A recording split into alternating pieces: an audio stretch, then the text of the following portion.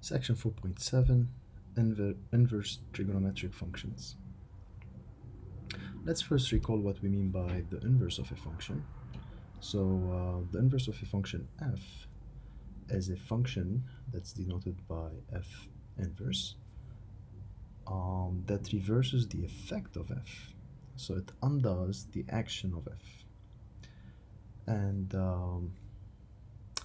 for a function to have an inverse, it must be a one-to-one function. Remember, one-to-one functions are those functions which have graphs that pass the horizontal line test.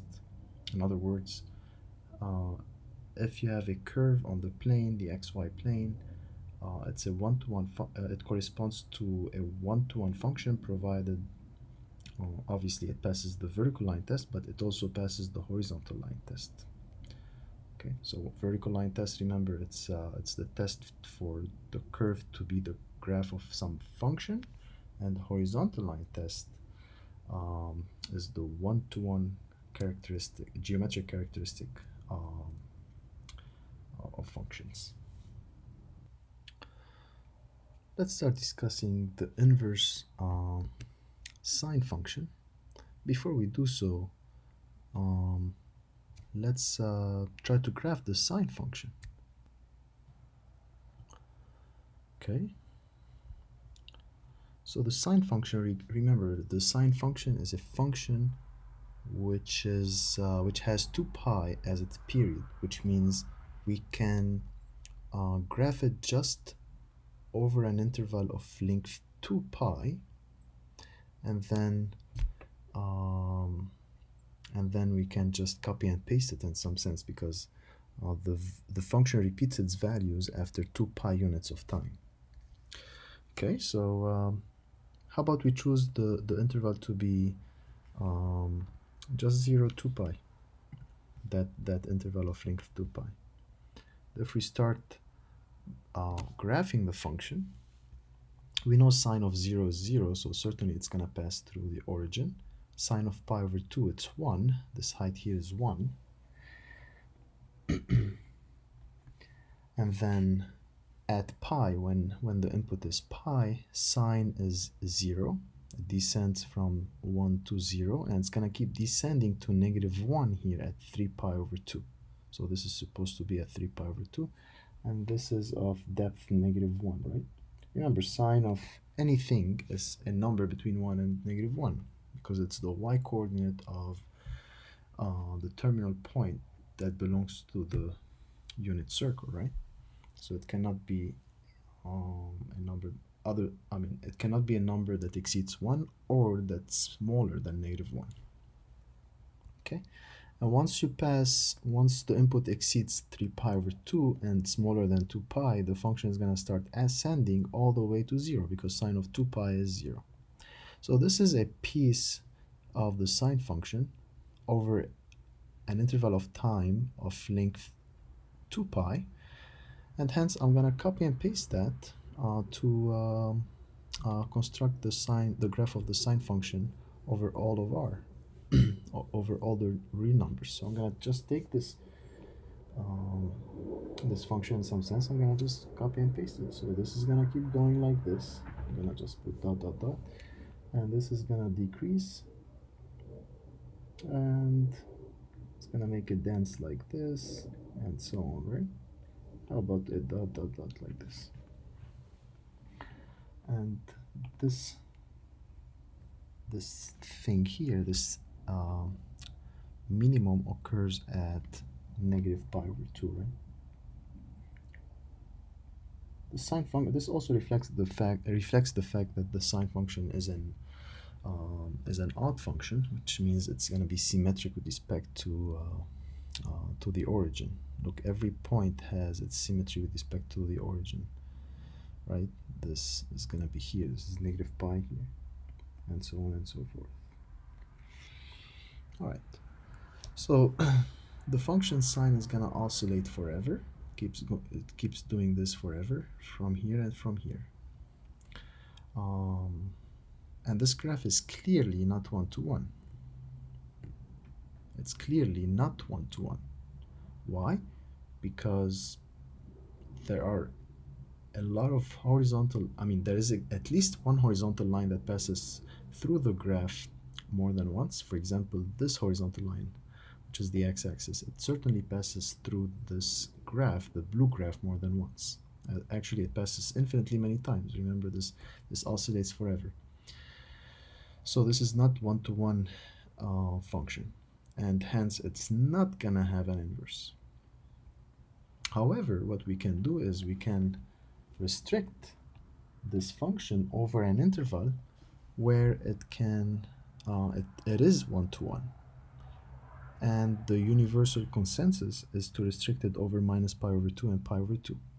If you restrict the sine function over this interval minus pi over 2, pi over 2, which means you only retain this portion of the function, just this portion, right? This is the piece of the sine function corresponding to the sine, to the graph of sine between for inputs that are between minus pi over 2 and pi over 2. And look at this. This is clearly a one-to-one function. This restriction,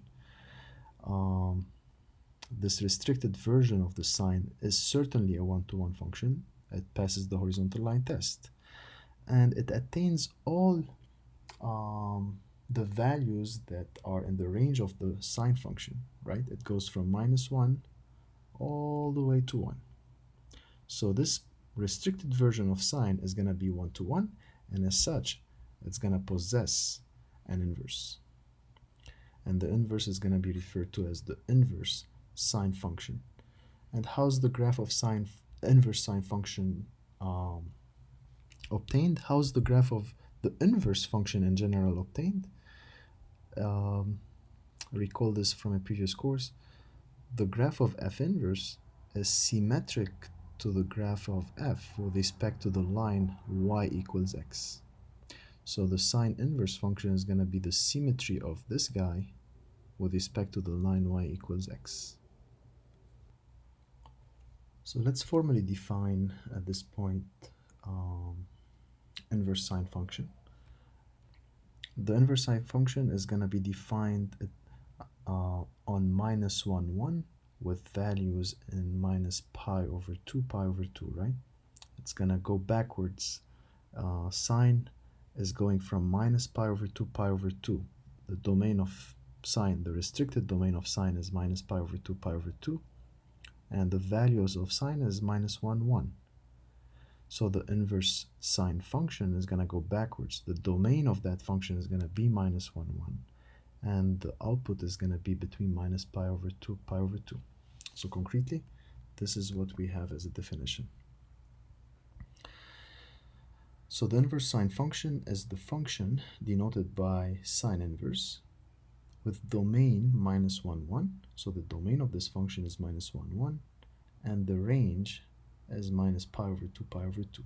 So what you plug in sine inverse is a number between -1, 1. And what you get out, what the whole thing is going to be, a number between minus pi over 2 and pi over 2. Or an angle, if you wish. Okay. And it's defined as follows.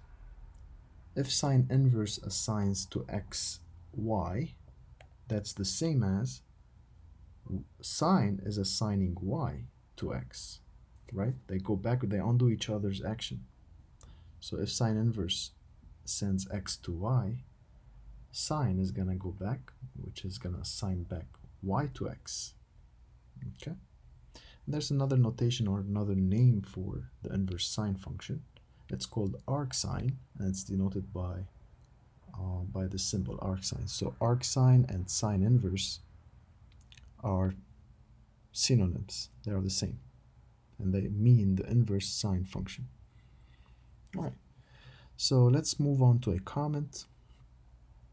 From the general properties of inverse functions we studied in a previous course, probably college algebra, we have the following cancellation properties. So if you put them back to back, sine and sine inverse, back to back in any order, they undo each other, they neutralize each other's action, and you get back only x, right? So once you put them back to back, It's like the same as saying no action. So whatever is written here is going to remain as an output. But if you write it in this order, this x has to be in the domain of sine inverse. And what's the domain of sine inverse? It's minus 1, 1. So this guy has to be between minus 1, 1. It's already interpreted here. And for this guy, what this guy is, it's going to sine, and we're talking about the inverse sine, so it has to be in the restricted domain of sine function. And the restricted domain of the sine is minus pi over 2 and pi over 2. So what sits here is a guy that lives between minus pi over 2 and pi over 2. Right, let's go to the book. Let's go to page 551 in the book. In the PDF, this is 578. And let's go to problems. Let's do 7. So the question is, find the exact value or state that the expression is undefined. So arc sine of square root of 2 over 2.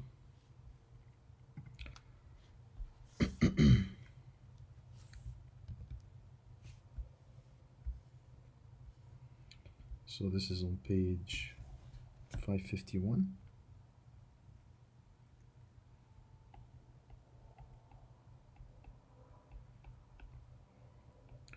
We want to find the exact value, and this is number, as we said, 7.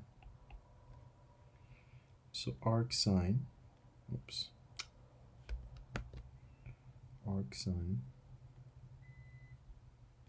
of square root of 2 over 2.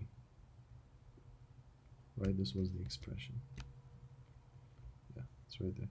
Arc sine of square root of 2 over 2. Well,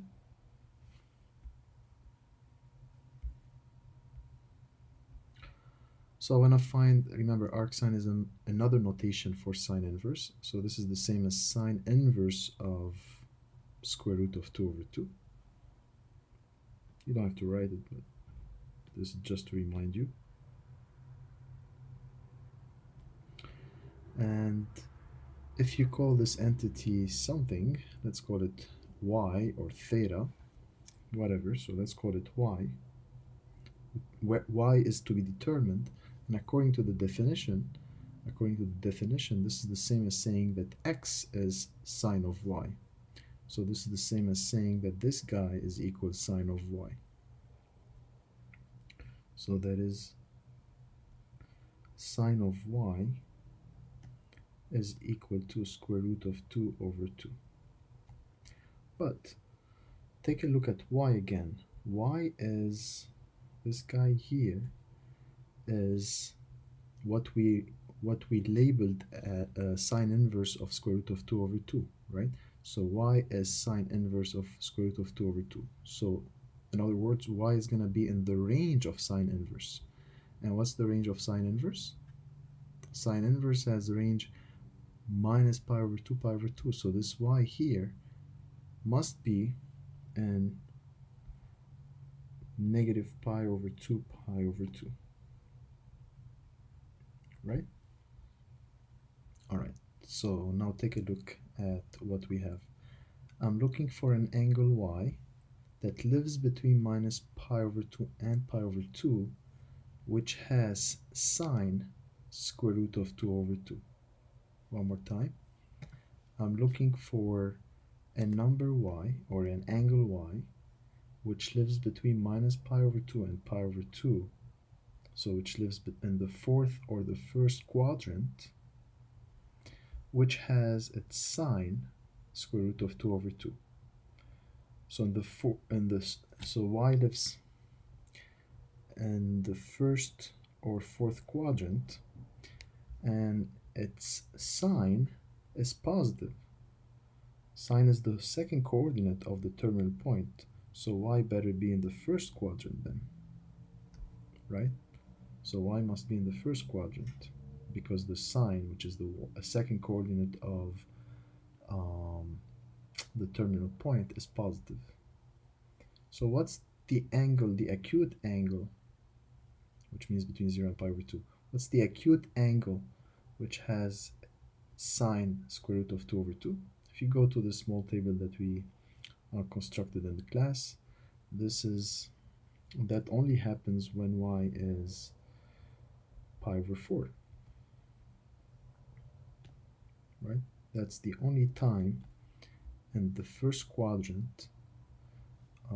This is the only angle in the first quadrant that has sine square root of 2 over 2. It's the 45-degree angle. Okay. All right, let's move on to the next one. So about 8, sine inverse of negative half. So 8, sine inverse of negative half. Let's call this guy theta. Based on the discussion we just had before, based on the discussion that we had right there,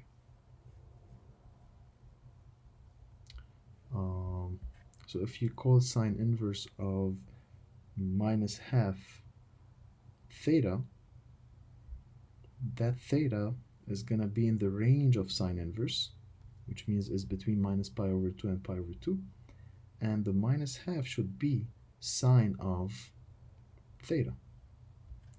So this theta must be between minus pi over 2 and pi over 2, one more time, because theta is equal to sine inverse of something. So theta is in the range of sine inverse, and the range of sine inverse is this. And this is equivalent to saying that sine theta is negative half, right? Why? One more time. Why this is the case? Because of this.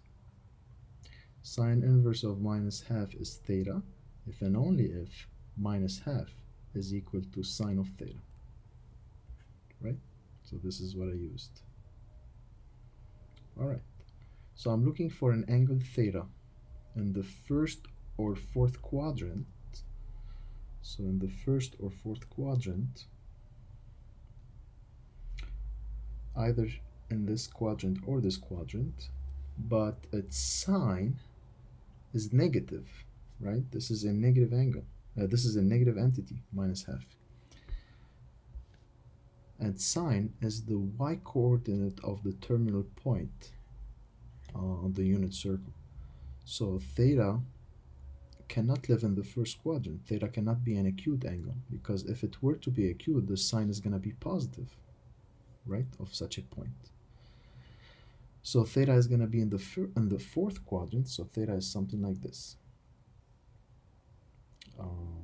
Something here, right? Okay. So I'm looking for a theta which is in the fourth quadrant such that its sine is minus half. Well, if you look at, so what's the angle in the first quadrant whose sine is half? It's pi over 6, right? So sine, we know that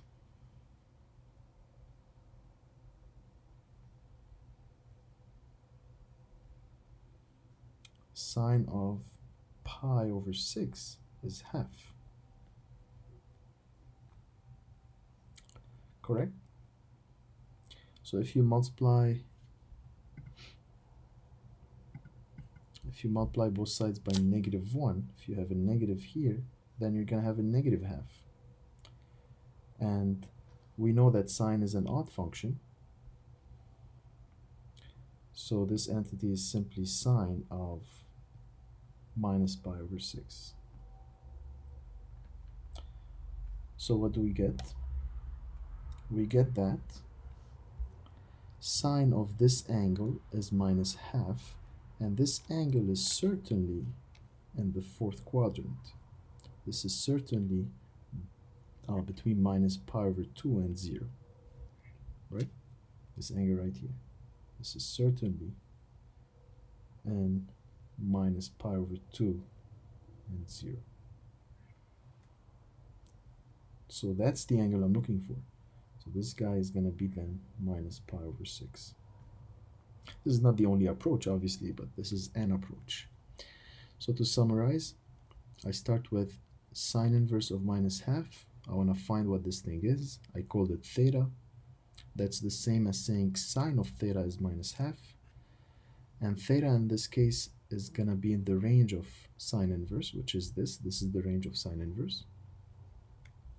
Since sine is negative, then theta must live in the fourth quadrant, so it's going to be in between minus pi over 2 and 0. Okay. So the question becomes, what's the angle so that its sine is negative half? Well, we know that if we know just for the acute angle. For the acute angle, that angle is pi over 6. Sine of pi over 6 gives you half. So negative that entity is going to be negative this entity.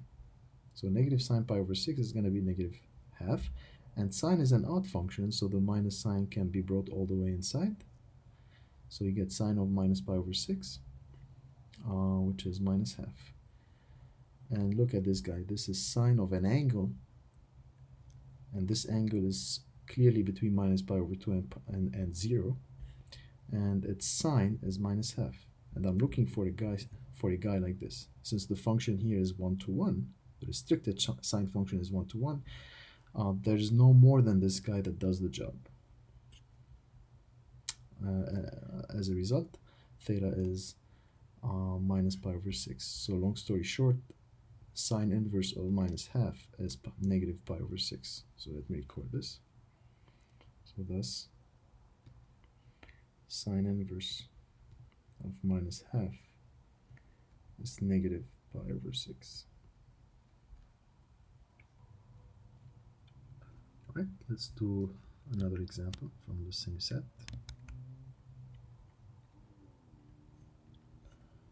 How about we do number 10, sine inverse of 3/2. So number 10, sine inverse of 3/2.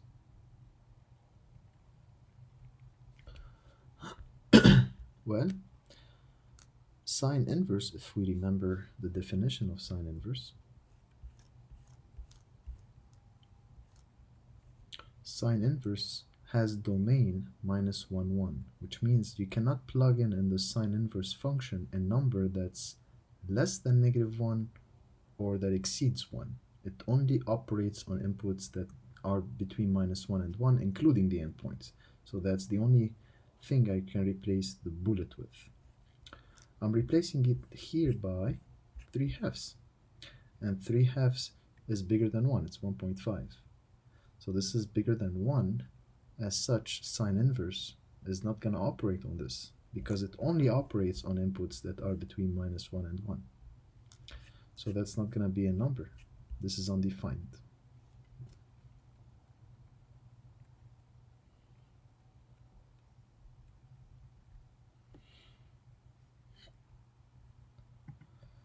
Okay.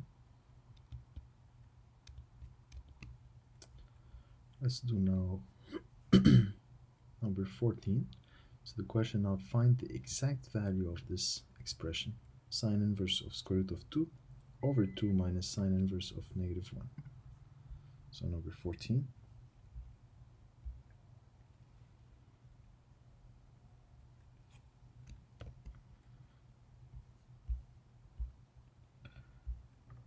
So I'm going to find the exact value of sine inverse of square root of 2 over 2 minus sine inverse of negative 1.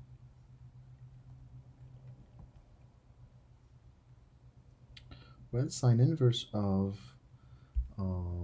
square root of 2 over 2, we just found it before.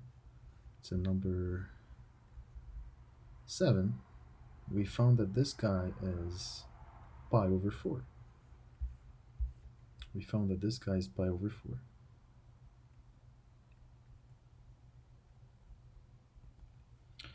Now the question is, what's sine inverse of 1? What is this guy? Well, same process as before. This question mark is an angle between minus pi over 2 and pi over 2. It's in the range of the sine inverse function, whose sine is -1, right? This is how I get my hands on this entity. So this angle is, let me write the details. I'll give it a name. How about we call this angle alpha? I know that alpha is between minus pi over 2 and pi over 2. Why? Because it's sine alpha. What alpha means is sine inverse of something, and hence alpha is going to be in the range of the function sine inverse as such, which is, I mean, the range is minus pi over 2, pi over 2. So I get this. On the other hand, also, sine alpha must be -1 because sine inverse of -1 is alpha. That's the same thing as saying sine of alpha is -1. So the question becomes, which angle between minus pi over 2 and pi over 2 has its sine -1? If you think about it for a second, all this is going to force the conclusion that alpha is simply -pi over 2.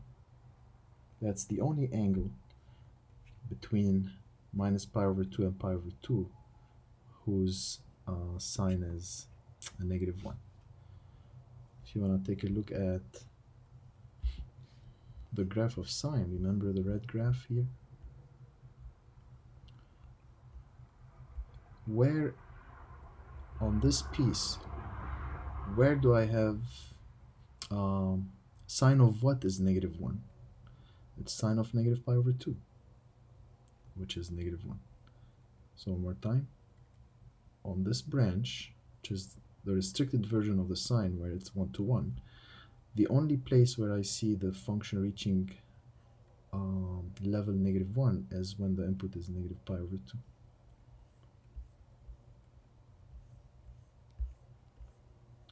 Right? So this is why I get that this guy is -pi over 2. Alright, so let's conclude then. This is then the same as this first expression is pi over 4. And the second expression is -pi over 2. Right? This minus is this minus, and the minus here is part of the sine inverse of -1 because that whole thing, which is alpha, is minus pi over 2. So I get this guy. Okay, so this is then pi over 4 plus pi over 2. And if you do the same denominator, we're going to get pi over 4 plus 2 pi over 4, which is 3 pi over 4. So this difference between the two expressions here is simply 3 pi over 4. Okay. Let's do another one. Let's do 16. So pi over 2 plus 3 sine inverse of minus square root of 3 over 2. Hope I can remember this. Let's write it. So 16. Let me zoom in. So 16. I think it was pi over 2 plus 3 times sine inverse of minus square root of 3 over 2. Correct? Let me just check it one time. Yep. Okay. All right. Well, similar game. First, I need to figure out what this guy is. I'm not gonna write the details, all of the details again, because we've done it a few times. So this is an angle between minus pi over 2 and pi over 2, whose sine is minus square root of 3 over 2. One more time. This thing is an angle between minus pi over 2 and pi over 2 whose sine is minus square root of 3 over 2. Oh, probably it would be better actually to write the details. How about we call this guy theta. I know that theta is in minus pi over 2 pi over 2. And I know that sine of theta must be minus square root of 3 over 2. So who's that angle between minus pi over 2 and pi over 2 whose sine is negative square root of 3 over 2? For the first, for the acute angle, it's simply pi over 3, right? So that's going to be negative pi over 3 because sine is an odd function, right? So one more time. Theta is certainly in the fourth quadrant because theta is either in the fourth or the first, but the sine is negative. So the sine is the y-coordinate of a terminal point, and the y-coordinate is negative in the fourth quadrant. So this puts theta in the fourth quadrant. So I'm looking for a theta in the fourth quadrant, which means in between minus pi over 2 and 0, such that its sine is minus square root of 3 over 2. Well, I know that for pi over 3, sine of pi, I know that sine of pi over 3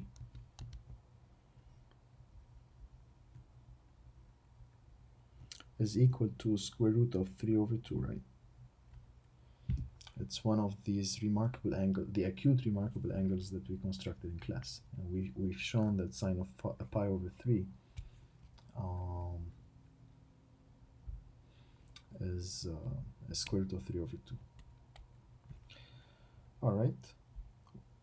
If you multiply both sides by -1, you get this. And since sine is an odd function, this guy is simply sine of negative pi over 3 because sine is an odd function. So long story short, this angle here is between 0 and negative pi over 2 and 0, and has and its sine is negative square root of 3 over 2. So that's the theta I'm looking for. That's the theta I'm looking for. So what's theta? It's simply negative pi over 3. So theta is negative pi over 3. And then we can complete this. We can find the exact value. This is simply then pi over 2, right? Pi over 2 plus the 3 times this entity, which is negative pi over 3. So the 3 times that entity, which is negative pi over 3, right? So this is pi over 2 minus pi, because the 3 and the 3 cancel. So you get pi over 2 minus pi, and if you do the same denominator here, you get minus pi over 2, which is the answer of this, which is that expression, right? This complicated looking expression is simply minus pi over 2. Okay. Let's now move on to defining the inverse cosine function. So let's first graph cosine, like we did for sine. Well, we know cosine is a function which has period 2 pi. So we're going to graph it over an interval of length 2 pi. So we're going to choose 0, 2 pi to graph it. And then we're going to copy paste it, right? It's going to be the same thing over here infinitely many times, and over here infinitely many times after 2 pi. Cosine at 0 is 1. Cosine at pi over 2 is 0. And cosine is going to decrease between the two. At pi, cosine reaches -1. So this is of depth -1 here. Label this.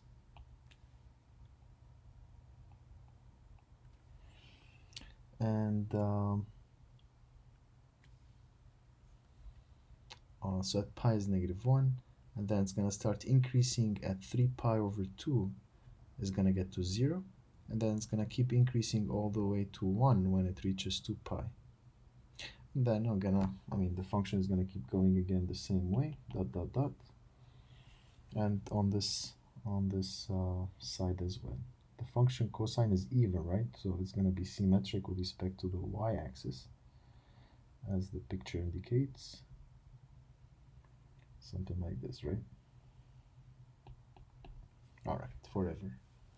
Again, this is not an accurate, I don't like it. This is not an accurate one. The function is so smooth, right? It doesn't have any cusp or corner or anything. Okay. Again, with a grain of salt, please. All right. So this is clearly not a one-to-one function because it doesn't pass the horizontal line test. There exists a horizontal line. Technically, I can refer to that horizontal line to be the x-axis that passes through the function more than once. Actually, it passes through the function infinitely many times. As such, this is not a one-to-one function, and hence I have to restrict it to be able to talk about the inverse function. And the consensus is, there are many places I can restrict it to, but the consensus is to restrict it on the interval 0, pi. So we're gonna only take the piece of cosine between 0 and pi. So just this piece over here, right? So let me color it. Just this piece. Just this piece. Okay. So this piece of the cosine function clearly passes the horizontal line test because there is no horizontal line that crosses the red part more than once, and this portion attains all the values of the range of the cosine, all the values in the range of the cosine. What's the range of cosine? Is also like it's the same thing as the range of sine. It's -1, 1, right? Cosine and sine only produce outputs between -1 and 1. So this restriction attains all the values, all the levels between -1 and 1. So this is a good interval to choose. And the cosine function, the inverse cosine function is going to be defined, is going to be symmetric. The graph of the inverse cosine function is going to be symmetric to this graph with respect to the line y equals x. The domain of the inverse cosine is going to be -1, 1, and the range is going to be 0, pi, as the next definition is going to try to illustrate. Okay, so the definition of the inverse cosine function. It's a function which is denoted by cosine inverse, like this. And whoever sits here lives in the domain of the function, which is -1, 1, as we said before. So cosine inverse operates on inputs between -1, 1, and the range is the domain of the cosine where we restricted it, right? Where did we restrict the cosine? On 0, pi. That's going to be the range of cosine inverse. It's going to be the range of cosine inverse, and it's defined as follows. Cosine inverse assigns 2xy is the same as cosine assigning y to x. So you can read it as follows. Cosine inverse at x is y if and only if cosine of y is equal to x. So like for sine, there is also another name for inverse cosine function. It's also called arc cosine, and it's denoted by arc cos. And the input sits here. Similarly, from general properties of inverse functions, we can have the cancellation properties. cosine inverse back to back in any direction, in any order I should say, they neutralize each other's actions, and we get the output becomes the input. So no action once you compose them back to back. The first property holds as long as x is accepted by cosine inverse, which means x is between -1 and 1, right? X lives in the domain of cosine inverse, and the domain of the cosine inverse function is -1, 1. So this x better be between -1, 1 for this to be a meaningful thing. And the second property holds as long as x is in between 0 and pi. Because remember, between 0 and pi, cosine is 1 to 1, and hence the cosine inverse is going to be defined. So the second property holds as long as this x is between 0 and pi. Right, let's do some examples. Let's go to page 552, and let's start with about 17. So the question is, find the exact value or state that the expression is undefined, arc cosine of minus square root of 2 over 2. So this is number 17 on page 552.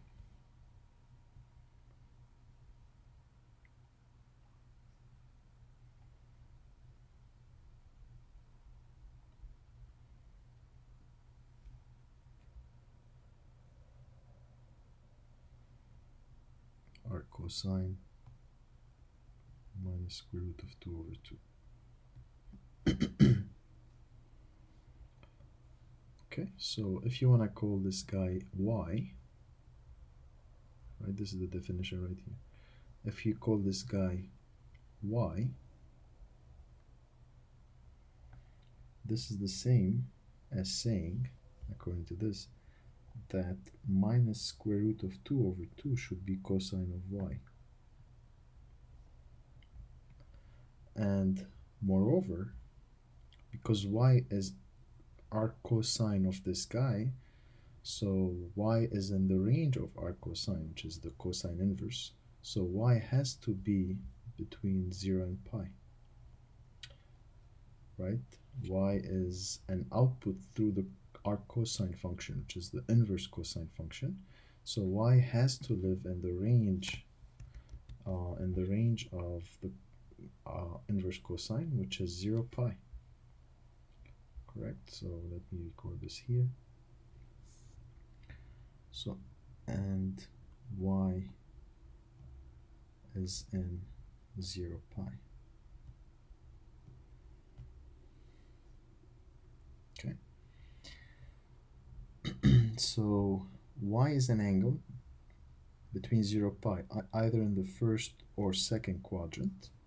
So either is an acute angle or an angle between pi over 2 and pi, whose cosine is negative square root of 2 over 2. And cosine is the first coordinate of the terminal point determined by y. So between the first and second quadrants, the quadrant which has first coordinate negative is the second quadrant. So as such, I'm talking about y being something like this. Correct? Okay. So cosine of y is minus square root of 2 over 2. Well, I know an acute angle whose cosine is square root of 2 over 2, namely pi over 4. Right? So cosine of this guy is minus square root of 2 over 2. So that guy here has to be pi over 4. Correct? Because this angle and this angle have to be the same in order to get the same first coordinate, which is minus square root of 2 over 2. And hence, what is y then? Y is going to be pi minus pi over 4. So y is going to be pi minus pi over 4. Agree with me? So y is everything all the way to pi minus this angle, which is pi over 4. And pi minus pi over 4 is simply 3 pi over 4. So the y, which is what we want, is 3 pi over 4. So to conclude,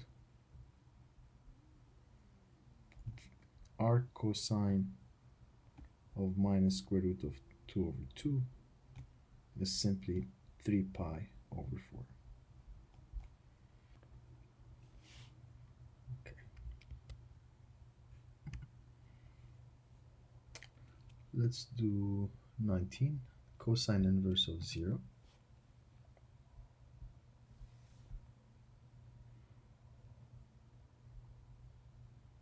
So cosine inverse of 0. If we call this y is between 0 and pi because it has to live in the range of cosine inverse, and cosine of y must be 0. So what's the angle between 0 and pi over 0 and pi whose cosine is 0? So I'm looking for an angle y between 0 and pi in the first or second quadrant whose cosine is 0. If you think for a moment, you can deduce that y is pi over 2. That's the only angle between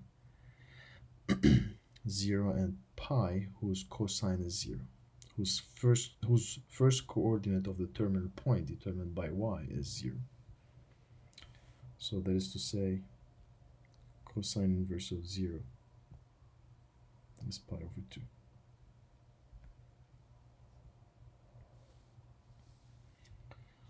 Okay.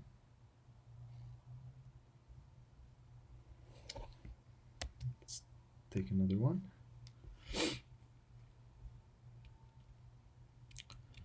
How about cosine inverse of square root of 3 over 2?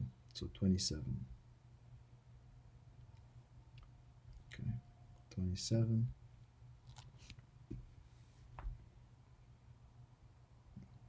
Change the color here.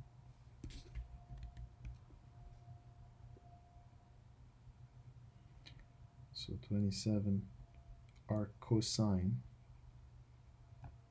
of square root of 3 over 2. Well, if we call this theta, theta has to be in the arc cosine, in the range of arc cosine, which is 0 pi. And that's going to be equivalent to cosine theta being square root of 3 over 2. So what's that angle in the first or second quadrant whose cosine is square root of 3 over 2? Well, first of all, is it in the first or second quadrant? The cosine is positive, right? Cosine is positive, which means the first coordinate of the terminal point is positive. And the first coordinate of a terminal point is positive, it has to be in the first quadrant, because the second quadrant, any point in the second quadrant has first coordinate negative. So it has to be in the first quadrant. So the theta is something here. And what is it? What is that theta? What's that angle whose cosine in the first quadrant, whose cosine is square root of 3 over 2? Well, revisiting the table, that forces that theta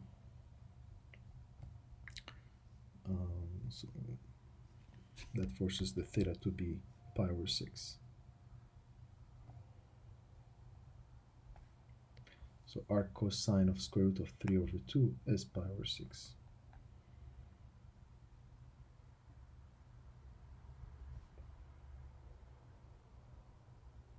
Okay.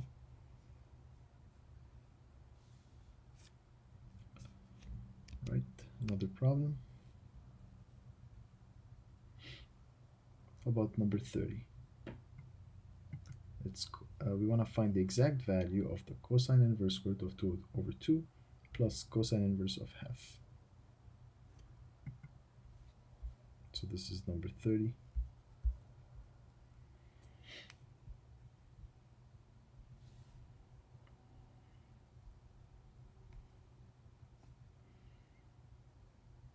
Cosine inverse of square root of 2 over 2 plus cosine inverse of 1/2. Alright, what is that guy?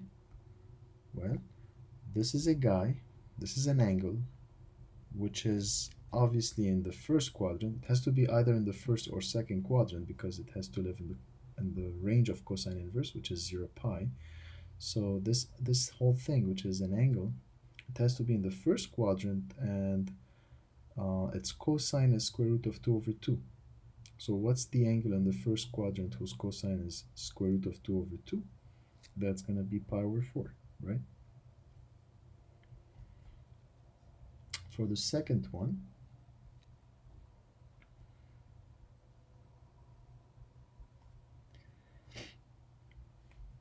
this is an angle. This whole thing, this is an angle, and either in quadrant 1 or quadrant 2, whose cosine is half. Well, being in quadrant 1 or quadrant 2 with a positive cosine means it has to be in quadrant 1.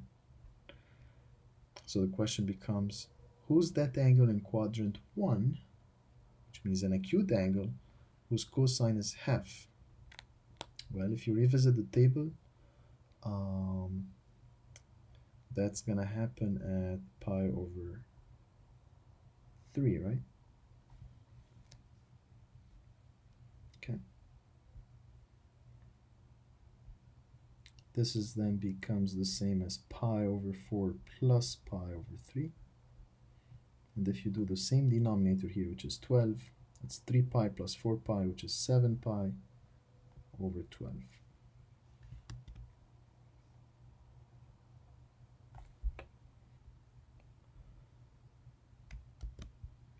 Here's the next, here's an example, not from the book though.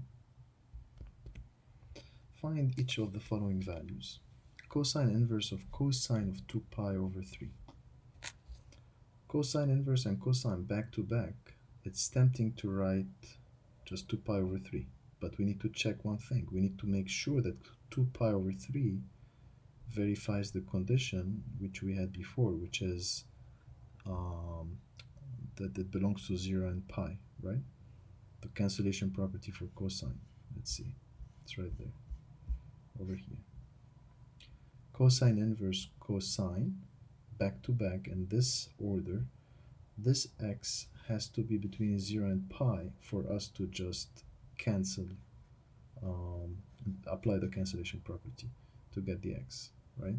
Remember, this property stems from the fact that we restricted cosine onto 0 pi in order to be able to talk about the inverse cosine function. Alright, so as long as this guy x is between 0 and pi, I can just get x back. What do we have here? The x here is 2 pi over 3. And 2 pi over 3 is between 0 and pi, right? This guy here is between 0 and pi. So I can apply the cancellation property and obtain 2 pi over 3 as the simplified expression of cosine inverse of cosine of 2 pi over 3. Moving on to the next one. Similar structure, but now 5 pi over 3 is not in 0 pi. As such, the cancellation property we just alluded to earlier doesn't apply, so we gotta do something else. Let's find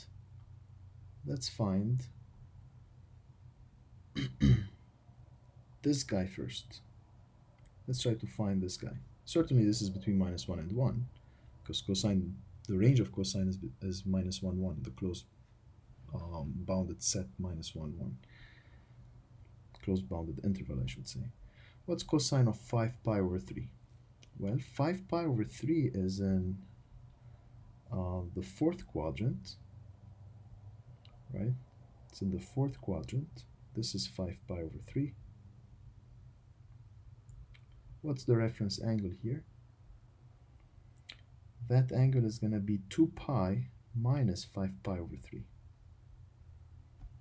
And 2 pi minus 5 pi over 3, if you do the same denominator, this is simply 6 pi minus 5 pi divided by 3, which is pi over 3. So this acute angle, which is the reference angle of 5 pi over 3, is simply pi over 3. So that entity here is the same as cosine of the reference angle pi over 3, and we have to make sure that we have the appropriate sign, right? Remember, this is from the previous section. Cosine of an angle is the same as cosine of the reference angle, but we need to adjust the sign. It's either plus or minus, and this holds for any a choice of trig function here. If you choose cosine, sine, tangent, cosec, any of these 6 trig functions we have. So a trig function acting at an angle, it's plus or minus the same trig function acting at the reference angle. But we need to determine the sign, whether it's plus or minus, and this is dictated by the sign of this guy here. Cosine of 5 pi over 6, since 5 pi over 3, since 5 pi over 3 is in the fourth quadrant, cosine of that angle is going to be positive, because cosine is the first coordinate. So that thing is a positive entity, so that's going to be plus cosine of pi over 3. So it's the plus sign. Let me just choose an appropriate color. That's the plus sign.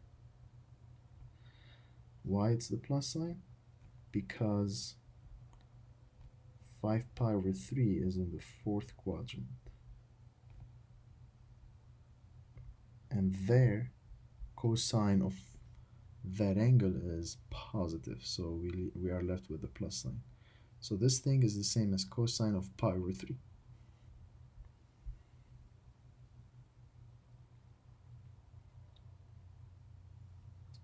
Okay. This is the same as cosine inverse of cosine of pi over 3. Now, this is cosine inverse of cosine of an angle, but this time around, this angle is between 0 and pi, as we had before. So this angle here is between 0 and pi. And as such, I can apply the cancellation property that we just discussed to obtain pi over 3. Let's move now to the definition of inverse tangent function. So the tangent function, we're going to start exactly as we started before with the other inverse function, other inverse trig functions.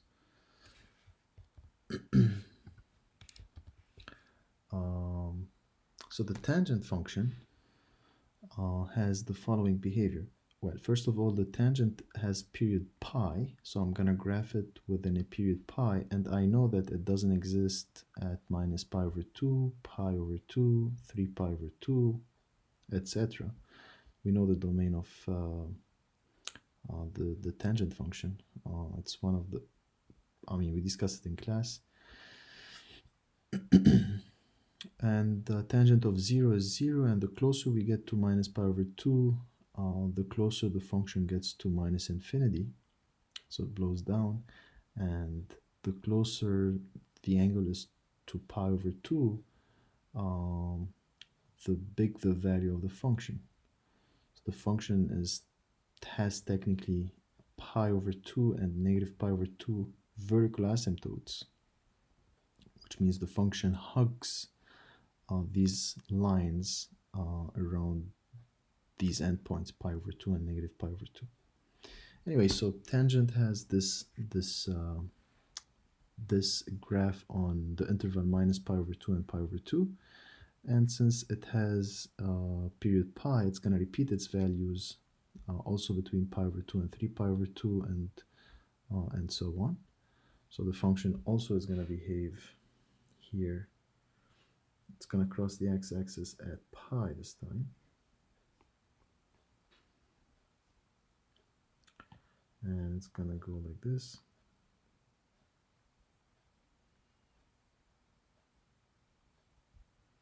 And similarly on this side, it's going to go like this.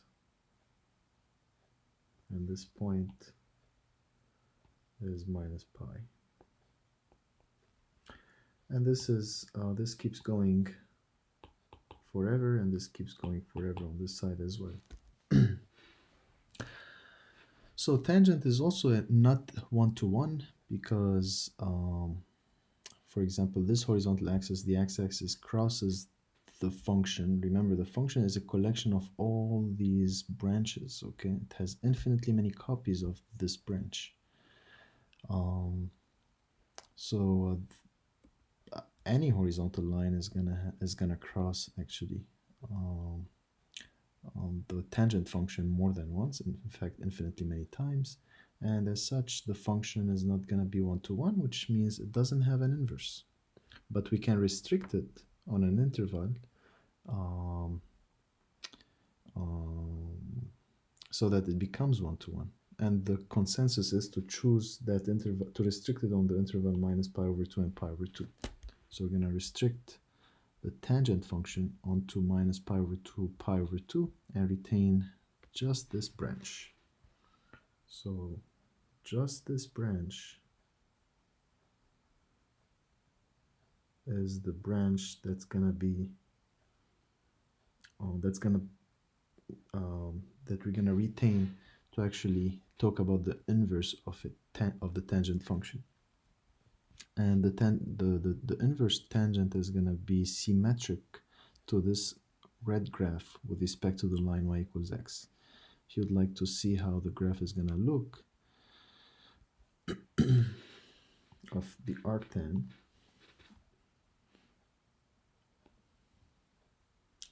so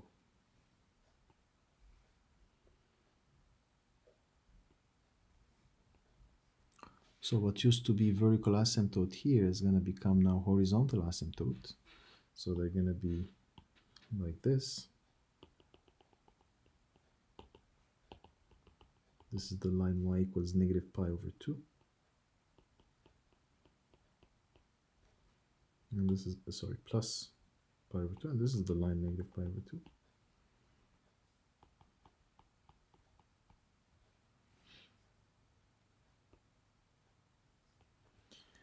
And the graph is going to look like this. If you take this function and you take the symmetry of this function with respect to the line y equals x, remember the line y equals x swaps coordinates. So you're gonna find the function that looks like that. So that's the arctan function, which is the next definition. Okay, so arctan is going to be, the inverse tangent is going to be a function whose domain is all real numbers and whose range is minus pi over 2 and pi over 2 open, the open set minus pi over 2 and pi over 2, correct? And the same thing as before, tangent inverse of x is equal to y. This is the same thing as saying x is equal to tan of y. So one more time, the inverse tangent function has domain all real numbers and has range negative pi over 2, pi over 2. Remember, the range of tan inverse is the domain of tangent, the restricted version of tangent. This is the restricted version of tangent. The domain of that thing is minus pi over 2 and pi over 2, which is the range of tan inverse. And the range of tangent is going to be the domain of the arctangent. So the range of tangent is going to be the domain of the inverse tangent function, which is minus pi over 2 pi over 2.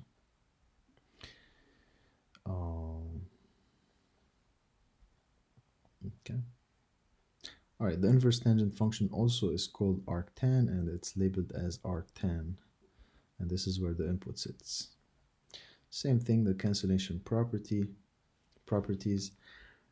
tangent, tan inverse back to back, they undo each other, provided you choose the appropriate input, and that appropriate input x has to be accepted by tan inverse. It has to be in the domain of tan inverse, but tan inverse accepts anything. So this x can be anything, any element, any real number. And for this one, this x has to be accepted by the restricted version of tangent, which is minus pi over 2 pi over 2. So x has to live in minus pi over 2 pi over 2 for you to be able to do this cancellation property. Let's do some problems at this point. Let's go to page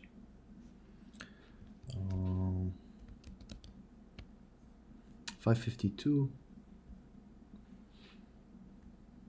And let's do problem 55. Find the exact value of tangent inverse of tangent of 2 pi over 3. So this is on page 552.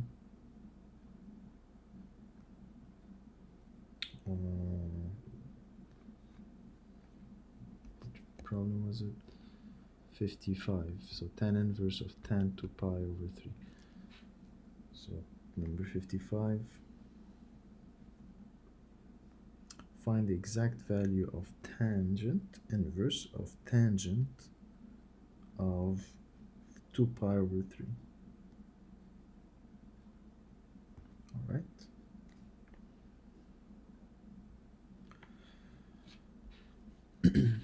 So it's tempting to just cancel the tangent inverse and tan inverse and tan, use the cancellation property and write 2 pi over 3. However, remember the cancellation property holds in this format.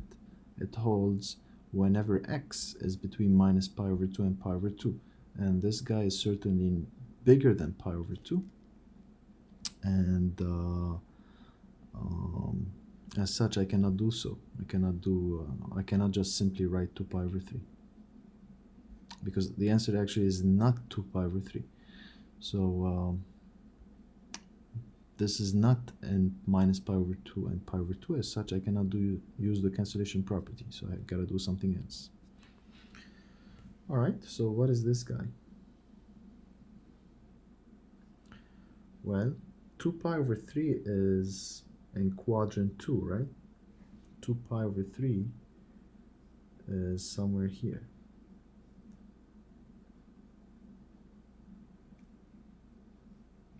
This is 2 pi over 3, somewhere here. And the reference angle is pi minus 2 pi over 3. Correct? And what's pi minus 2 pi over 3? This is pi over 3. So the reference angle is pi over 3. So that angle here is pi over 3. So this guy then is equal to,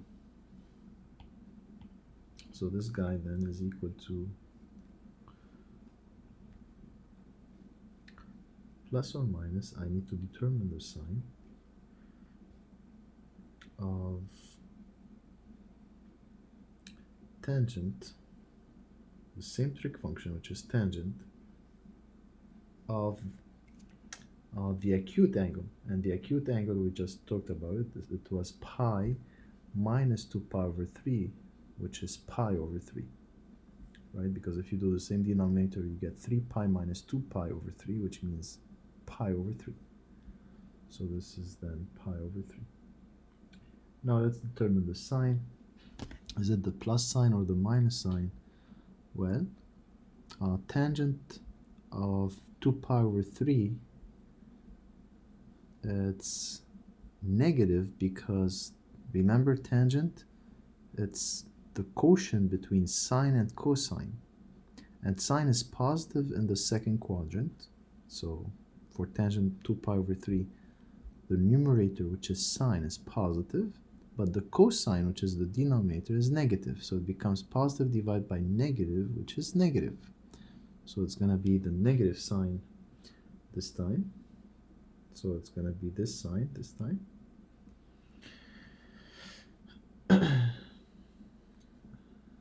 And then this is equal to negative tangent of pi over 3. Tangent of pi over 3 is sine of pi over 3 divided by cosine of pi over 3. And what's sine of pi over 3? It's square root of 3 over 2. And cosine of pi over 3 is 1/2. So this is the same as minus square root of 3. Okay, let me rewrite this. So minus square root of 3. Okay, so this becomes tan inverse of minus square root of 3.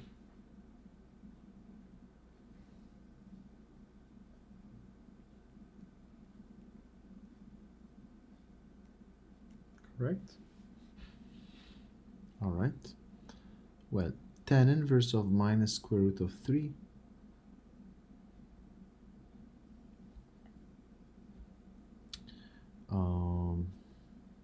I mean, you know what?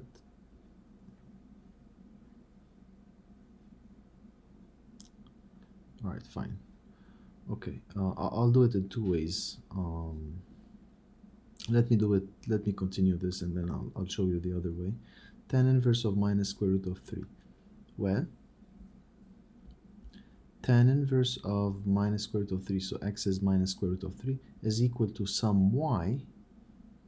Y has to be in the range, which is between minus pi over 2 and pi over 2. And it has to verify this. Minus square root of 3 is going to be tangent of the y, which is between minus pi over 2 and pi over 2. So let me write this down. So at this point we want to find tan inverse of minus square root of 3.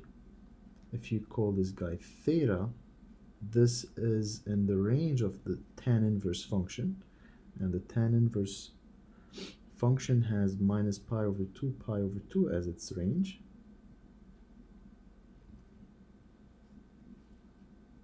And this is equivalent to saying that tan of theta is equal to minus square root of 3. Correct? This is what we just said. All right. So theta is either in the fourth or the first quadrant. So theta is either in the fourth or first quadrant. But you know that the tangent of theta is negative. This is a negative entity, less than 0. So tangent of theta is negative, and theta is either in the fourth or first quadrant. Well, in the first quadrant, tangent is positive because sine and cosine are positive. It's the fourth quadrant that makes the tangent negative, because the cosine is positive and the sine is negative. So theta is somewhere here in the negative. Theta is negative. It's in the fourth quadrant. Correct? So what's that negative angle? What's that angle between minus pi over 2 and 0, whose tangent is minus square root of 3? Well, for the positive part, I know that tangent of pi over 3 is square root of 3, right? We kind of went over it over here. I know that for pi over 3, the tangent is pi over 3, is square root of 3. So I know that for tangent pi over 3, this is square root of 3. And since we want minus square root of 3, I gotta multiply both sides by minus to get that. And tangent, if you recall, tangent is an odd function, so this entity here is simply tangent of minus pi over 3. So what do we get? We get that tangent of minus pi over 3, this guy, and this guy is clearly between negative pi over 2 and 0, and its tangent is minus square root of 3. So that's the theta I'm looking for. So theta is minus pi over 3. And what do we get at the end of the day? We get that theta, which is this guy, is minus pi over 3. So this piece at the end of the day is minus pi over 3. Okay. So here I'm gonna just say thus tangent inverse of tangent of 2 pi over 3 is equal to minus pi over 3. Right? Let me show you the other way that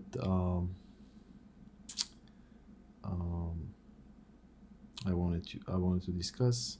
We can take it from here. So let me label it another way.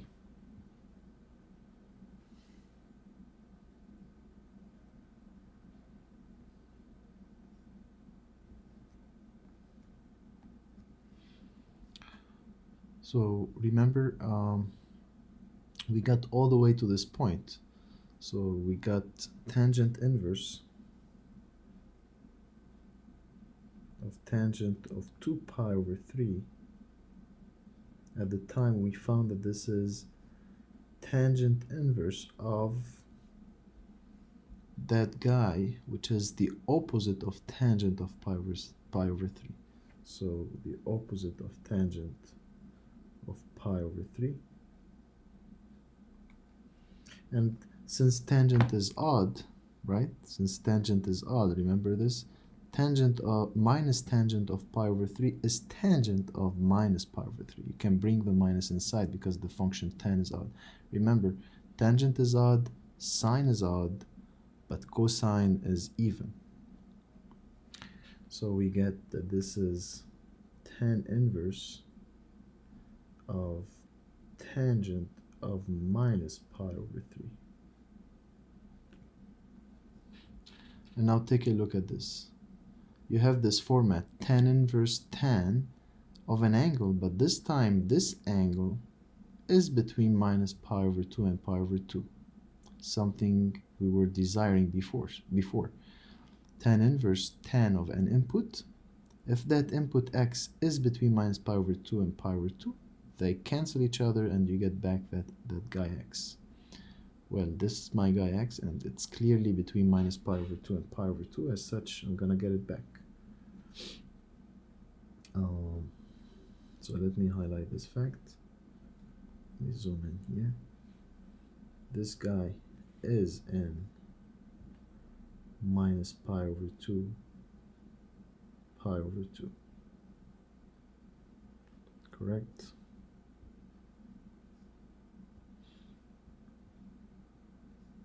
So one more time.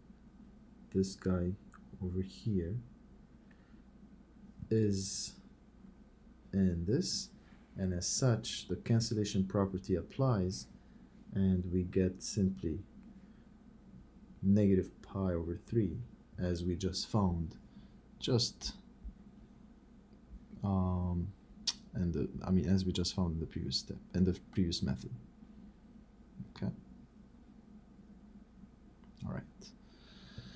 Let's move on to a different problem.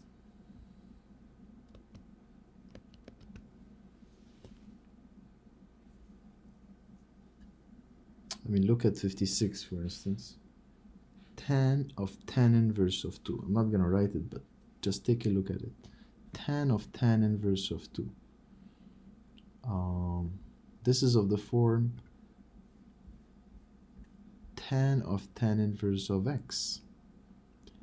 And for all x, no matter what x is, for any real number x, the cancellation property applies and you get back x. So no matter what this guy is, as long as the format is tan inverse, you get back x. And in this case, we have x equals 2. So tan inverse of 2 is simply 2. Okay. Similarly here for 57. Tan arctan. Arctan is a tan inverse, right? This is also tan inverse of something, which puts us in this context again. No matter what this thing is, you get it back, right? For all x and r. So for all real numbers, there's no restriction. So tan inverse of negative pi is also negative pi. Okay. For 58, tan inverse of tan of negative pi over 6. It's the other one is tan inverse of tan of x. The cancellation applies, cancellation property applies as long as x is between minus pi over 2 and pi over 2. And who's our x here? It's minus pi over 6, which is clearly between minus pi over 2 and pi over 2. So tan inverse of tan of that guy, which is between minus pi over 2 and pi over 2, is simply itself, which is minus pi over 6. Okay. Let's go to one problem here between 59 and 70. How about 62?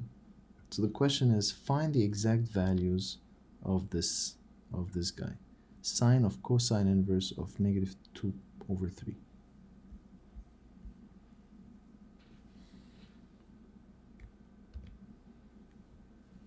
So this is on page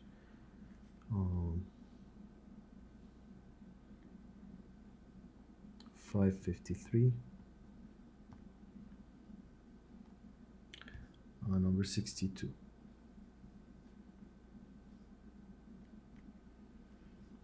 So we wanted to find the exact value of sine of cosine inverse of negative 2 over 3. Well, I'm going to start by calling this guy something. I'm going to call it theta. So theta is cosine inverse of negative 2 over 3.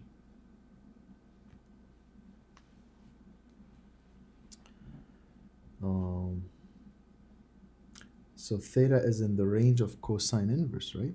Theta is in the range of cosine inverse. And what's the range of cosine inverse?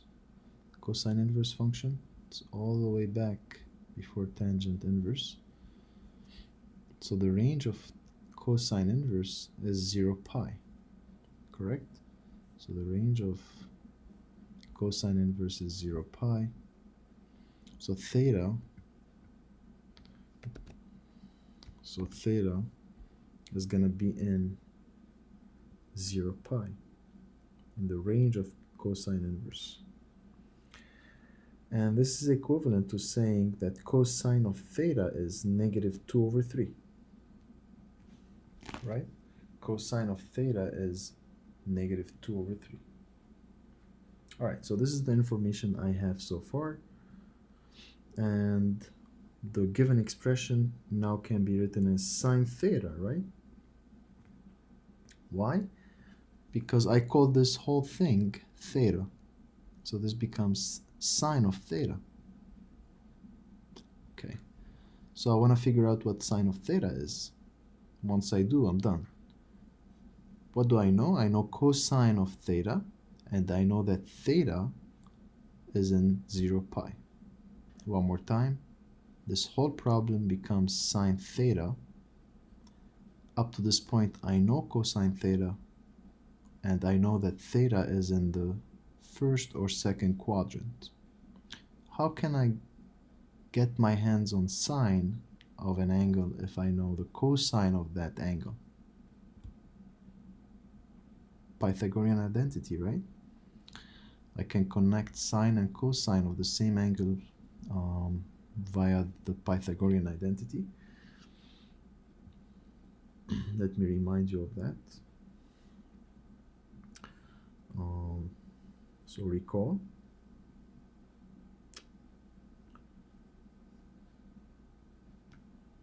Pythagorean identity.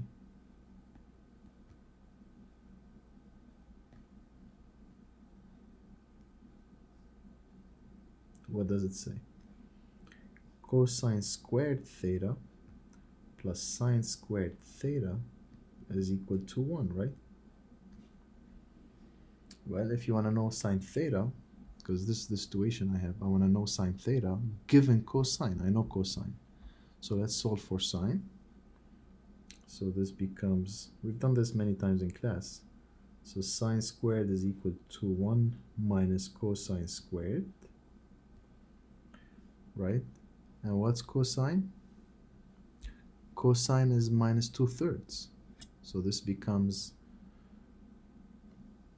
1 minus the square of the minus 2/3, which is, what's the square of minus 2/3? It's 4/9. And if you do the same denominator here, which is 9, this becomes 9/9 minus 4/9. And 9/9 minus 4/9 is 5/9. Who's 5/9? It's the sine squared.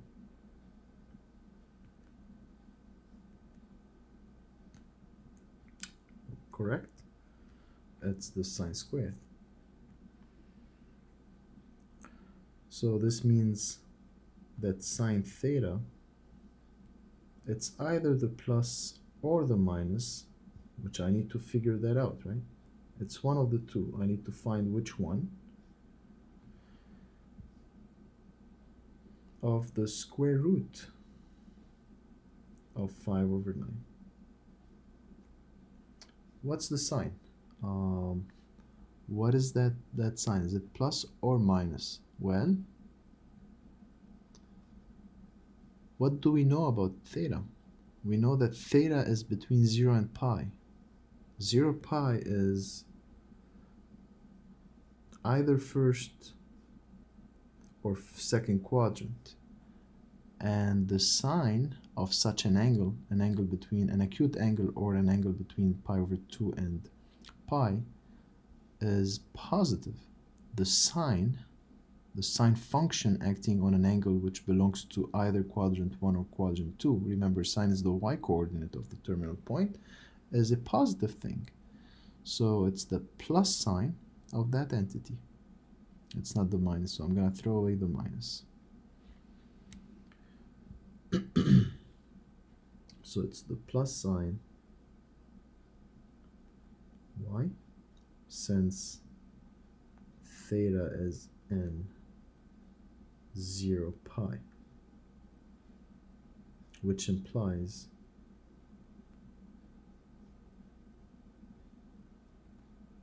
that sine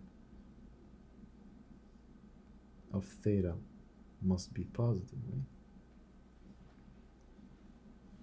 Okay, so we get, at the end of the day, we get sine theta is plus square root of 5/9, but square root of 5/9 is square root of 5 divided by square root of 9, which means square root of 5/3, because square root of 9 is, square root of 9 is 3, right?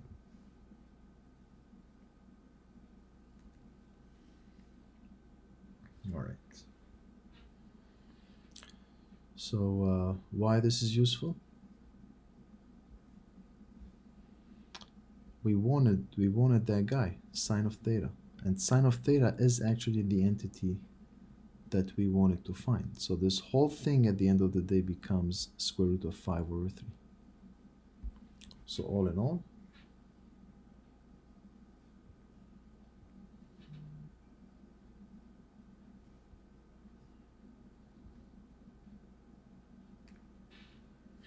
all in all, that entity that we were given, sine of cosine inverse of minus 2 over 3, happens to be square root of 5 over 3. Okay. Let's do number 70.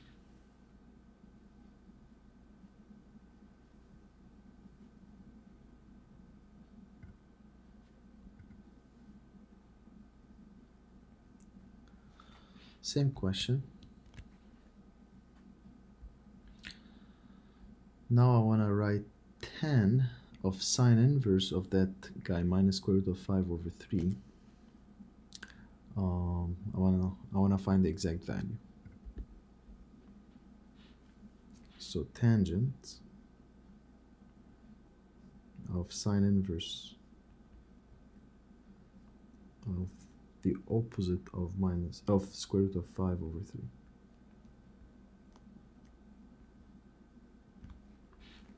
Okay. Same approach. I'm gonna refer to all this thing as something. How about the name alpha? Alpha lives in the domain of sine inverse. Sorry, one more time. Alpha lives in the range of sine inverse. And what's the range of sine inverse? It's the very first thing we studied in this section.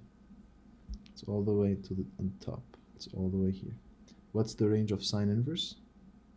It's minus pi over 2 and pi over 2. Okay, so I'm going to go back to the bottom. So this guy then is going to be in, let me zoom in. So this guy, alpha, which is sine inverse of minus square root of 5 over 3. Obviously, it belongs to the range of sine inverse because it's sine inverse of something. It's in the range, and hence it's going to be in minus pi over 2 because the range of sine inverse is that interval. And this is equivalent to saying that sine of alpha is minus square root of 5 over 3. Correct? Okay. All right, so this is the information I have, and this is the same then as tangent of alpha. So I want to find tangent of alpha, given that alpha is in minus pi over 2, so first or fourth quadrant, and sine of alpha is this much. So I have sine of the angle. I know where the angle lives, and I want to figure out the tangent of that angle. How do you think I should do this?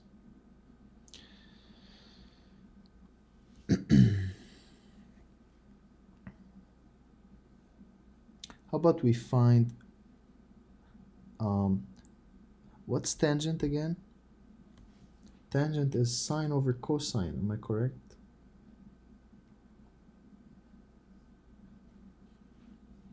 Okay. Do you know sine alpha? Yes, it's right there. Do you know cosine of alpha? Well, I don't have it, but I can figure it out. How can I figure it out? What do I have? I have alpha, where it lives, and I know what sine of that angle is. So I need a relationship between cosine and sine to figure out what cosine is. I hope you know what I'm alluding to. I'm alluding to the Pythagorean identity again. I'm gonna appeal to it and try this time around. I have the sine and I want to figure out the cosine. Well, let's do it.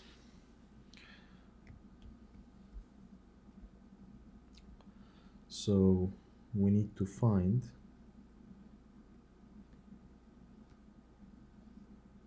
cosine of alpha in order to complete the picture, right? I know upstairs, I still need the guy downstairs in order to complete this quotient. We do so using the Pythagorean identity.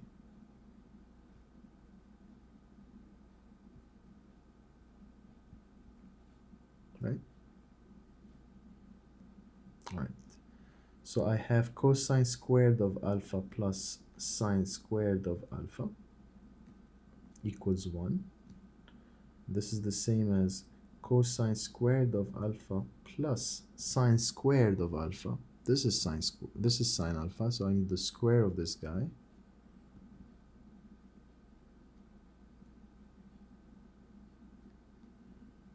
Equals 1. What is this guy? This is 5 over 9, right?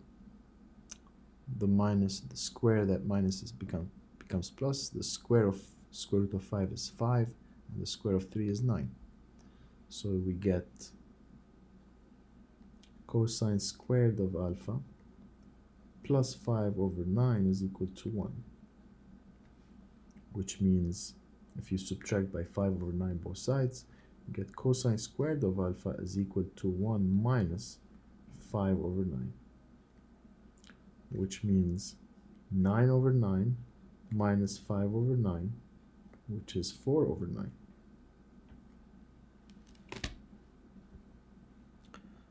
So cosine squared of alpha is equal to 4 over 9. So cosine of alpha is plus or minus. Again, we need to determine which one.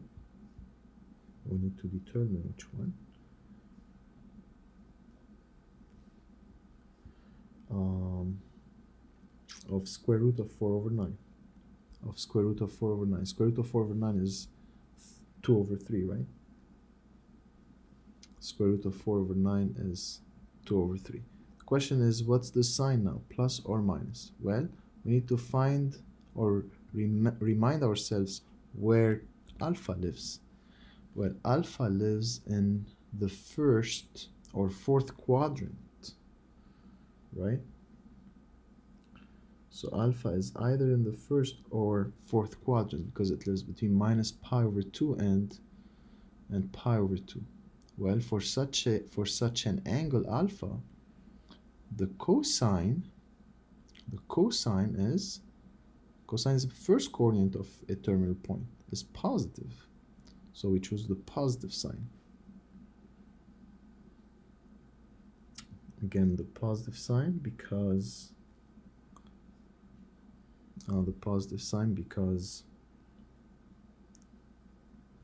alpha is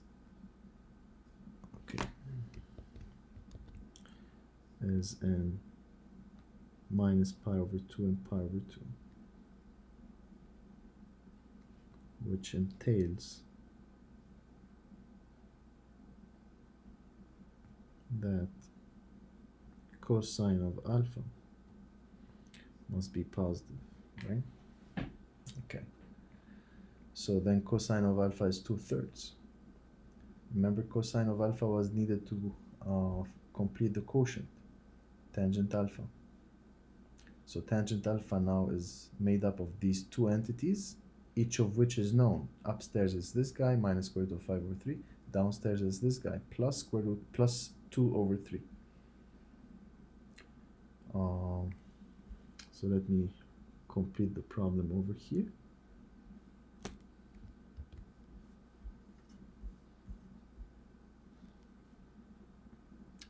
Therefore,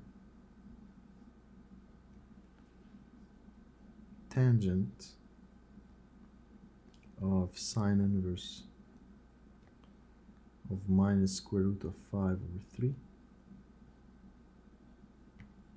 which was tangent of alpha at the time, which was sine of alpha over cosine of alpha. I'm copying what we had before, but now sine of alpha, we know it.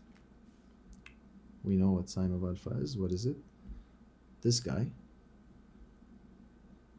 minus square root of 5 over 3.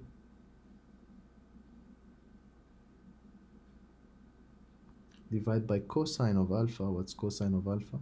It's plus 2 over 3. And if you think about this for a second, this is simply negative square root of 5 over 2. Okay. Right. Another problem.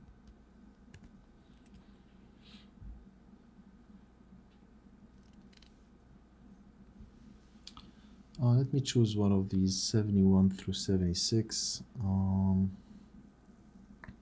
Which one should I choose? How about 76? Sine of cosine inverse of the square root of x2 minus 25 over x for x bigger than 5. All right, let's do that.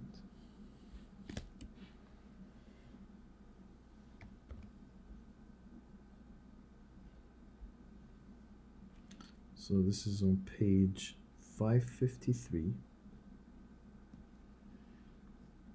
number 76. What's the question here? Question is, given the expression, write it as an algebraic expression. This expression has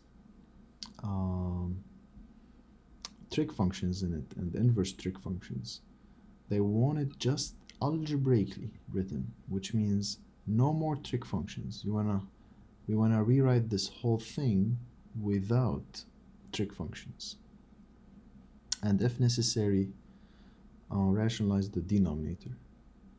Okay, let's do it. So we have sine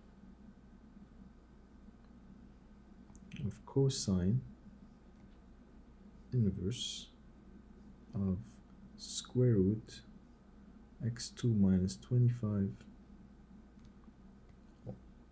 divided by x. The approach is very much the same as before, but now we don't have numbers, as we don't have pure constants. We have an algebraic expression inside, but the approach is exactly the same. So I'm going to start by calling this entity some angle theta, and let's try to know, let's try to have all the information on theta. So I know that theta is, by design, the choice of theta is cosine inverse of square root of x squared minus 25 divided by x. And I know that this theta, because it's cosine inverse of something, this theta lives in the range of cosine inverse. And what's the range of cosine inverse? If you go back to the definition of the inverse trig, the range is 0 pi, which means first or second quadrant. And this is equivalent to saying that cosine theta is equal to square root of x2 minus 25 all over x. Correct? Okay. All right, so with this information in mind, we can rewrite this as sine theta, right? We can rewrite this as sine of this whole thing, which we labeled as theta. So this becomes sine theta. And now the question is, as I promised you, it's the same as before, but now we have, we don't have pure constants. We have an expression in terms of x. So now the situation is as follows. I want to figure out what sine theta is, given that theta is in the first or second quadrant, so it's between 0 pi, and I know it's cosine. I know the cosine of that angle theta. Well, connection between sine and cosine, Pythagorean identity. Let's appeal to it again. So, by the Pythagorean identity,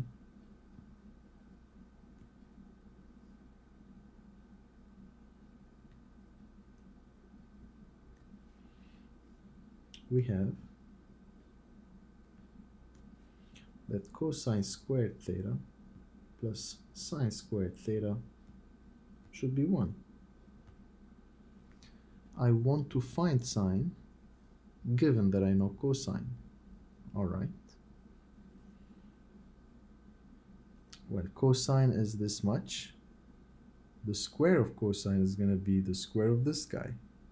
Well, the square of the square root, the square of the square root is x squared minus 25. And the square of the guy downstairs is x squared plus sine squared theta is equal to 1.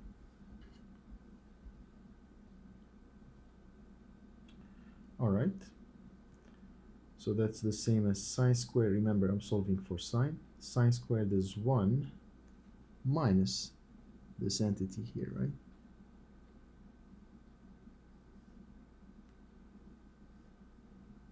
I'm solving for sine.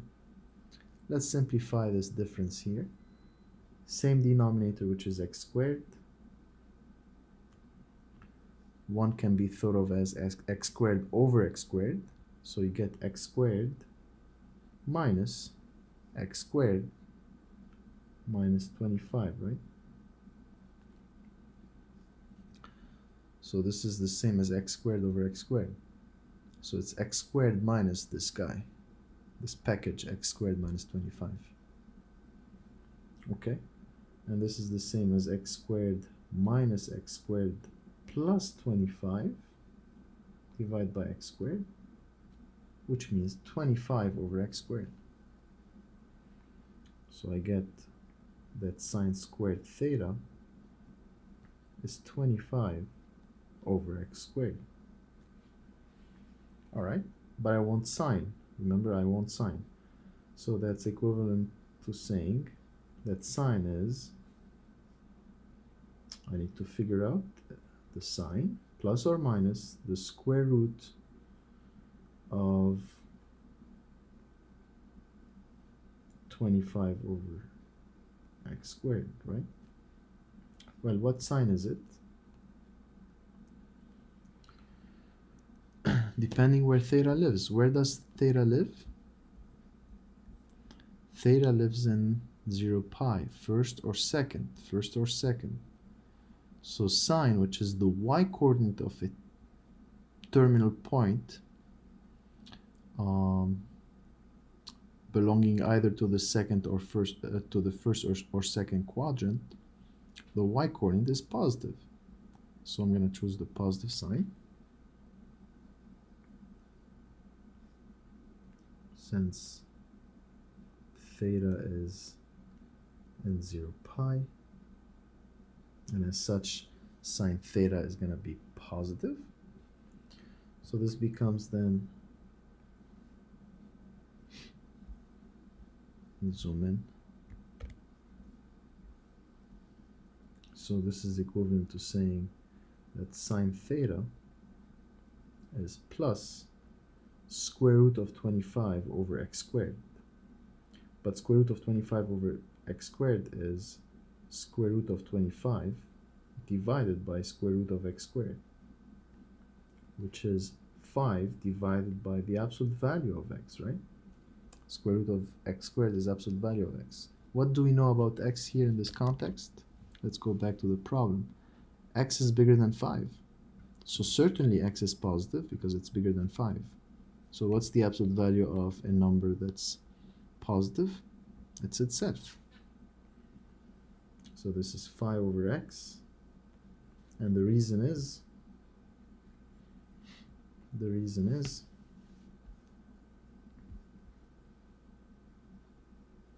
x is greater than 5, which means greater than 0. It's a positive entity. And the absolute value of a positive entity is the entity itself. Now, if x was smaller than negative 5, which means negative, if x is a negative entity, the absolute value of x would have been minus x, right? If x is a negative entity, the absolute value of the guy is the opposite of the guy to turn it into a positive thing, right? Okay. All right, so it looks like we're done. Since sine of theta, now we have it. It's 5 over x, and this is the piece I was missing. This is the piece I was missing. So long story short, sine cosine inverse of this entity, which is sine theta. Now I know what sine theta is. It's simply 5 over x. So let me conclude. So it follows that. Let me change the color. It follows that.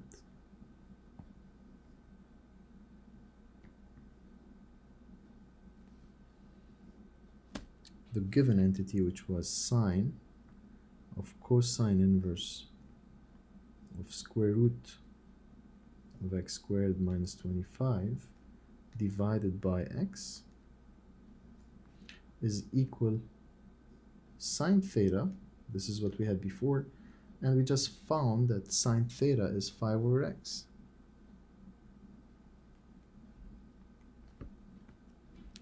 And as you see here, we rewrote this as an algebraic expression. 5 over x is an algebraic expression. It has no trig functions in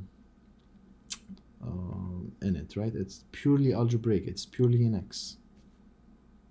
So we answered the question. Okay. All right. Let's see if there's any other problem that I would like to do.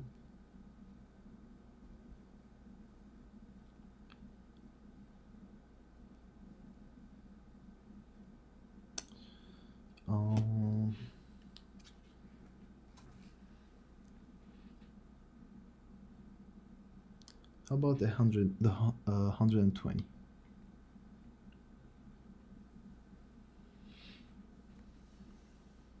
So we want to find the exact solution to each equation, and the equation here is this: 6 tan inverse of 2x is equal to 2 pi.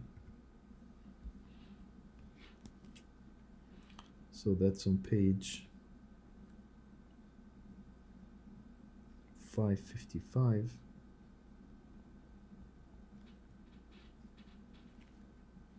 Number 120.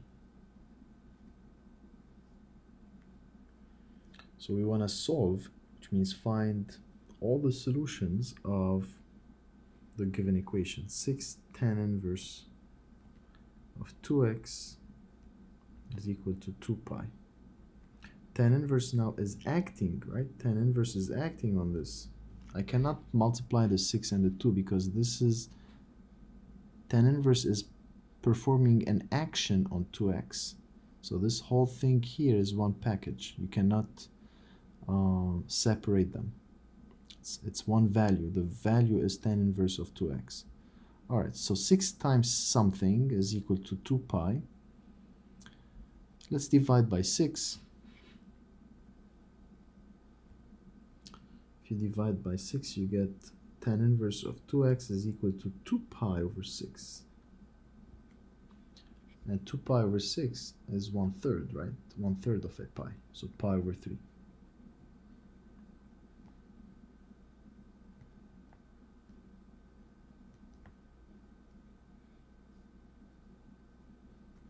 Okay. Let's disguise this and call it something else. How about we call this whole thing theta, just for a moment. So I have tan inverse of theta equals pi over 3.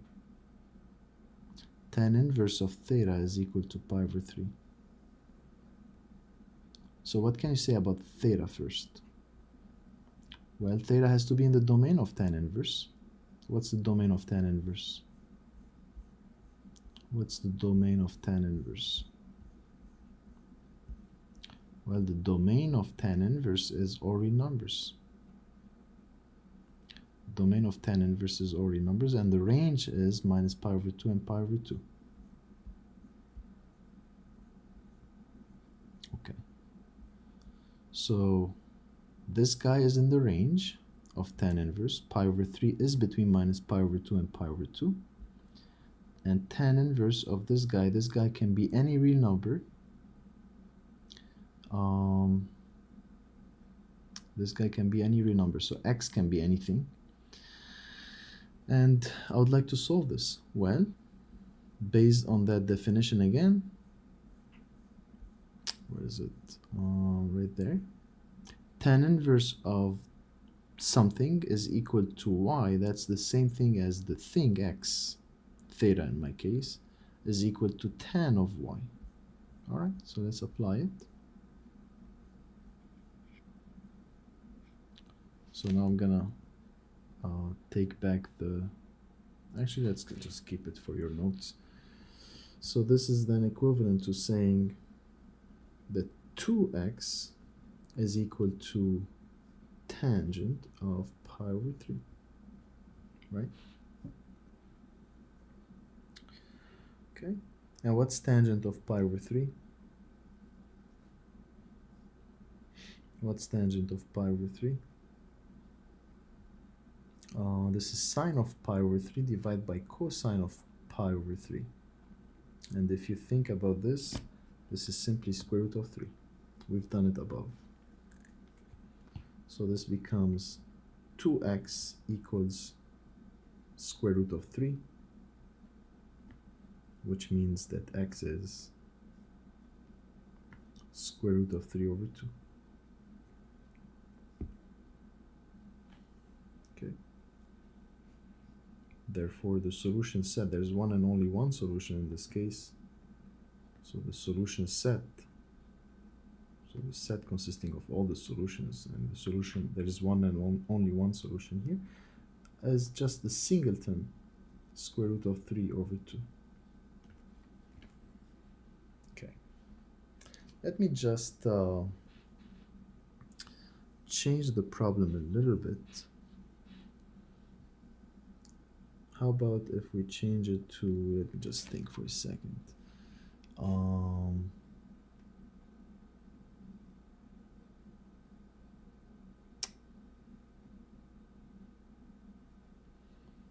about we put, instead of 2 here, we put 12.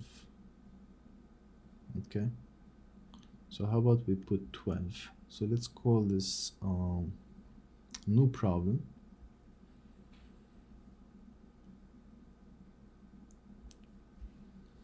Let's call it 120 prime, adjusted. And so the question is solve. So find the solution set of 6 tan inverse of 2x equals 12 pi. All right, so it looks like, okay, we didn't do much. The process is gonna remain the same. Okay. That's the same thing as saying tan inverse of 2x, I'm dividing by 6, right? It's 12 pi over 6, which means 2 pi.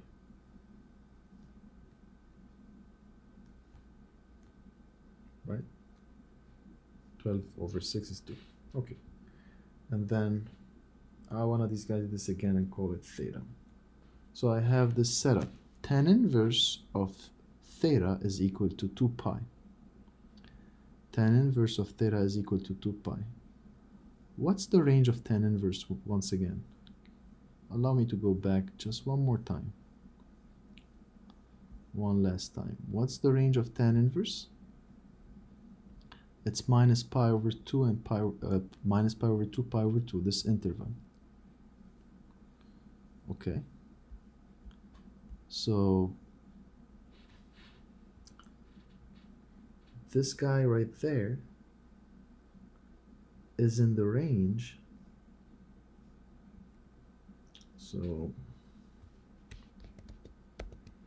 is in the range of tan inverse, right? Why? Because it's tan inverse of something. So this outcome is gonna be the outcome through the tan inverse function, and it has to, which means it has to live in the range of that function. And what's the range of tan inverse? We just said it. That is in minus pi over 2 comma pi over 2. So this guy, this whole thing, is somewhere here. Is somewhere between minus pi over 2 and pi over 2. And you want to match it to 2 pi. So a guy, once again, the situation is as follows. A guy, this guy, lives between minus pi over 2 and pi over 2. And I want to figure out what the x is so that this matches 2 pi. What do you think?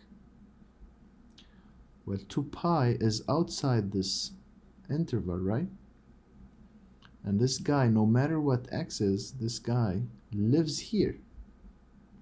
It cannot go beyond, and 2 pi is beyond. So as such, no matter what x you choose, that guy would never make it 2 pi.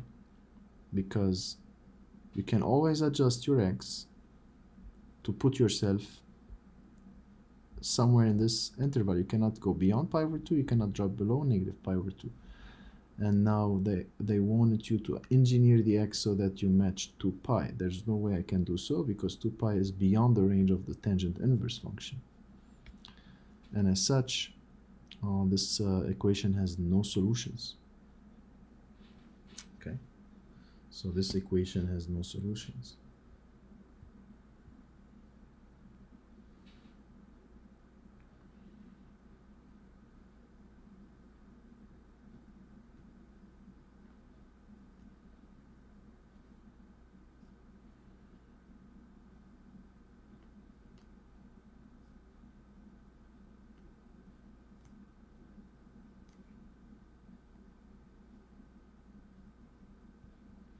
Okay, which so we can conclude that the solution set is empty set.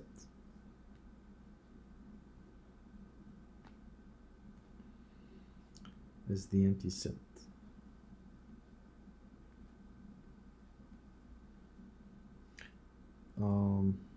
Typically people write, there are two universal notations for empty set. It's a set which has nothing in it, or people denote it by the Greek letter phi. Okay, this is the Greek letter phi.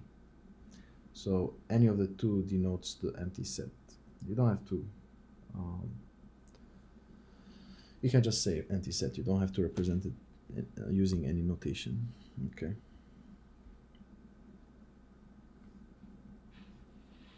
All right, so that's the end of this section.